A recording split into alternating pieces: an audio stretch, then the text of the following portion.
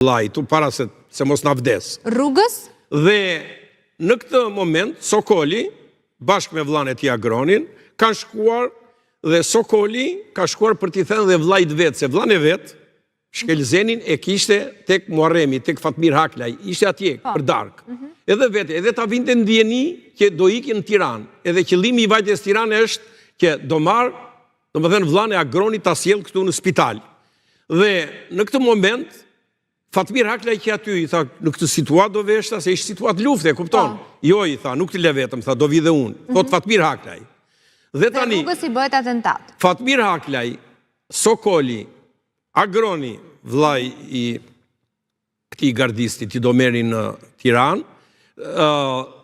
pra u bën 4 veta dhe këta janë nisur, kanë ardhur në Tiranë për të marrë gardistin me vete. Kur kanë ardhur se kanë gjetur në shtëpi atë. Nuk e kanë gjetur në shtëpi, ka qenë në punë dhe bashkëshortja i ka thënë që ai vjen më vonë, domethënë vjen vonë se është në turrën. Kanë pritur këta në Tiranë dhe kanë vajtur pasaj e kanë marrë rreth orës 10:11 natës. Dhe në 11 natës janë nisur për të ardhur në Tropoj. Pra të 4 bashkë. Kanë ardhur dhe kur kanë ardhur në urën e Mifolit, rreth orës 12:30, domethënë të natës, kanë qenë tek ura e Zogut, ura e Zogut që i themi neve, po ura e Milotit. Sa kanë kaluar urën e Milotit, atje u është bërë një prit.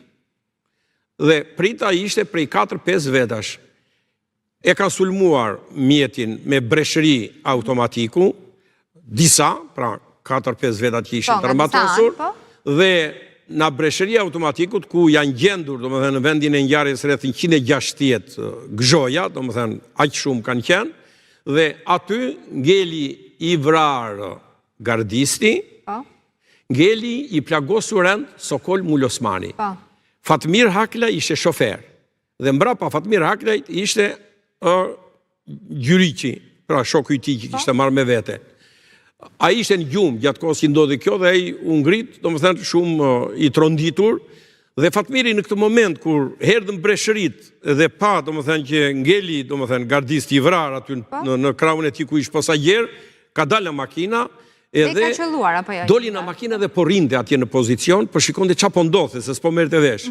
Dhe pati një pauzë qetësie. Në atë moment njëri nga atentatorët pra të pritës erdhi. Edhe mbasi erdhi tek makina, pa njeri kishte vdekur, pa tjetrin i plagosur rend Sokolin. Edhe doli në momentin që ka dalë, ka parë gjallë, domethënë që s'kishte gjë Agronin, dhe i ka thënë Agronin mos lëviz, i ka thënë. Në momentin që ai ka thënë mos lëviz, Fatmir Haklaj e vrau atë. Pra këtë kriminalin, e latë vdekur. Po, në vend. Tani ata të tjerët.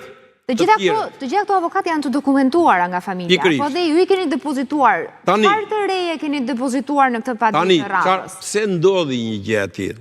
Pse ndodhi një gjë e tillë? Është ndjekur, Fatmir Haklaj ndiqej hap pas hapi. Dhe Fatmir Haklaj është ndjekur në Tropoja derisa erdhi në Tiranë.